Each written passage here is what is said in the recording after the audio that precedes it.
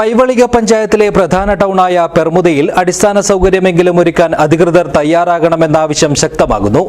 മലയോരപാത നിർമ്മാണത്തിന്റെ ഭാഗമായി പൊളിച്ചു നീക്കിയ പല നിർമ്മിതികളും പുനർനിർമ്മിക്കാൻ തയ്യാറാകാത്തതാണ് പെർമുദ ടൗണിനെ പ്രതിസന്ധിയിലാക്കിയത്. ഗുണമേന്മയോട് കൂടിയ ഉൽപ്പന്നങ്ങൾ മിതമായ നിരക്കിൽ Srikrishna hardwares, MG road, Kasaragod. Paivalike പഞ്ചായത്തിലെ 12ാം വാർഡിൽപ്പെടുന്ന പെർമുദ പഞ്ചായത്തിലെ പ്രധാന പട്ടണങ്ങളിലൊന്നാണ്. കേരളത്തിൽ നിന്നും കർണാടകയിലേക്കും കർണാടകയിൽ നിന്ന് കേരളത്തിലേക്കുമായി 30ഓളം ബസ്സുകളാണ് ഇതുവഴി സർവീസ് നടത്തുന്നത്. തൊഴിലെടുക്കുന്നവരായും വിദ്യാർത്ഥികളായും രോഗികളായും ടൗണിലെത്തുന്നവർക്ക് ഇരിക്കാൻ ഒരു ബസ് ഷെൽട്ടർ പോലും ഇല്ലാത്ത അവസ്ഥയാണ്. കാസർഗോഡ് മൊർത്തന മലയോര ഹൈവേയുടെ ഭാഗമായി പൊളിച്ചു നീക്കിയ ബസ് ഷെൽട്ടർ നിർമ്മിക്കാൻ കരാറുകാരോ അധികൃതരോ ഇതുവരെയായും തയ്യാറായിട്ടില്ല. അതുകൊണ്ട് തന്നെ പൊരുവെയിലത്തും സമീപത്തെ കടകളിലും കയറി നിൽക്കേണ്ട അവസ്ഥയാണ്. ഇത് സംബന്ധിച്ച് ജില്ലാ കളക്ടർക്ക് പരാതി നൽകിയിരുന്നെങ്കിലും മലയോര ഹൈവേ നിർമ്മാണം പൂർത്തിയാകുന്നതോടെ ബസ് ഷെൽട്ടർ സ്ഥാപിക്കാമെന്ന് ഉറപ്പ് ലഭിച്ചിരുന്നു. എന്നാൽ പിന്നീട് യാതൊരു നടപടിയും സ്വീകരിച്ചിട്ടില്ലെന്നാണ് നാട്ടുകാർ പറയുന്നത്.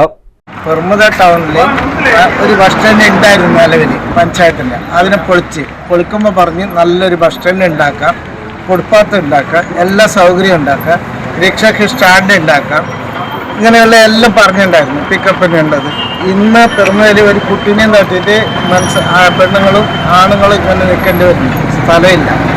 കൂടാണ്ട് റിക്ഷൻ്റെ അവസ്ഥ ഇങ്ങനെയാണ്. പിക്കപ്പിൻ്റെ സ്റ്റാൻഡാണെങ്കിൽ അതും ഇല്ല. പിന്നെ മറ്റേ ഒരു പണിയും ഫുള്ളായിട്ട് തീർത്തിട്ടും ഇല്ല ഇതുവരെ.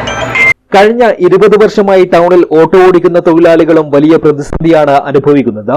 മലയോര ഹൈവേ പൂർത്തിയാകുന്നതോടെ ഓട്ടോ സ്റ്റാൻഡ് നിർമ്മിച്ച് നൽകാമെന്ന വാഗ്ദാനം നൽകിയിരുന്നെങ്കിലും ഇതും എങ്ങും എത്തിയിട്ടില്ല. ഓട്ടോ സ്റ്റാൻഡ് ഒരു 10-20 വർഷമായിട്ടേ ഉള്ളൂ. ഈ റോഡിന്റെ പണി വന്നിട്ടാകുമ്പോൾ അതിനുള്ളൊരു സംവിധാനം ചെയ്തു തരാമെന്ന് പറഞ്ഞിട്ടുണ്ട്. ഇതുവരെ അതിനുള്ളൊരു കാര്യമൊന്നും നടന്നിട്ടില്ല. രണ്ടാമത് അതുകൊണ്ട് ഈ ആൾക്കാർ ജനങ്ങളെ അങ്ങോട്ടേക്ക് ബസ്സിന് നേരത്തെ ഇവർ പറഞ്ഞ പോലെ 1 മണിക്കൂർ 1/2 മണിക്കൂർ അല്ലെങ്കിൽ കുഞ്ഞിനെ ഇങ്ങനെ ഒക്കത്തെ ഇങ്ങനെ നിൽക്കുക. അതുകൊണ്ട് അതിനുള്ള ഒരു സംവിധാനം, ഒരു ബസ് സ്റ്റാൻഡും പിന്നെ നമ്മളെ ഓട്ടോന് വേണ്ടിയിട്ട് ഒരു സ്റ്റാൻഡും അതായത് സ്ഥിരമായിട്ടുള്ളത് ഇത് പോലില്ല. അതുപോലെ സ്ഥിരമായിട്ടുള്ള ഒരു ഇത് അപ്പുറത്ത് ഇപ്പുറത്ത് പകുതി അപ്പുറം നമുക്ക് മതിയപ്പുറം വെക്കാം. അതുകൊണ്ട് ആൾക്കാർക്ക് ബുദ്ധിമുട്ട്. ദിവസേന ആയിരക്കണക്കിന് ആളുകൾ എത്തുന്ന പ്രദേശത്ത് ടോയ്ലറ്റ് സൗകര്യം ഒരുക്കണമെന്നാവശ്യപ്പെട്ട് വ്യാപാരികൾ നിരന്തരമായി അധികാരികൾക്ക് പരാതി നൽകിയിരുന്നെങ്കിലും ഇതിനും പരിഹാരം കാണാൻ അധികൃതർ തയ്യാറായിട്ടില്ല.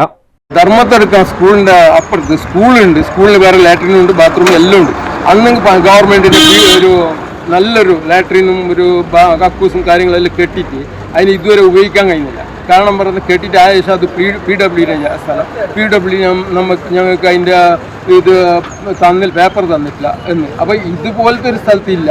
അവിടെ കെട്ടിയിട്ട് അങ്ങനെ വെറുതെ ഗവൺമെൻറ്റിൻ്റെ പൈസ ഇത് ആർക്കും ഇല്ലാതായിട്ട് പോകുന്നുണ്ട്. അപ്പോൾ ഇതിനെല്ലാം ആരെയും ചോദിക്കുന്നത്. അപ്പോൾ ഈ ഇവിടുത്തെ ജനപ്രതിനിധികളോ ഇവിടുത്തെ ഉദ്യോഗസ്ഥ ആരെങ്കിലും ഈ ഉദ്യോഗസ്ഥന്മാരായിട്ട് ഇടപെട്ടിട്ട് ഉടനെ ഈ 2 സൈഡിലും ഒരു ചെറിയൊരു ബസ് സ്റ്റോപ്പ്, ചെറുങ്ങനെ ഇല്ലതും ഒരു ബസ് സ്റ്റോപ്പ് അത്യാവശ്യമുണ്ട്. മലിനജലം പോകുന്നതിനായി നിർമ്മിച്ച ഓടകളിൽ സ്ലാബിടാത്തതും കാൽനട യാത്രക്കാർക്ക് ഭീഷണിയാണ്.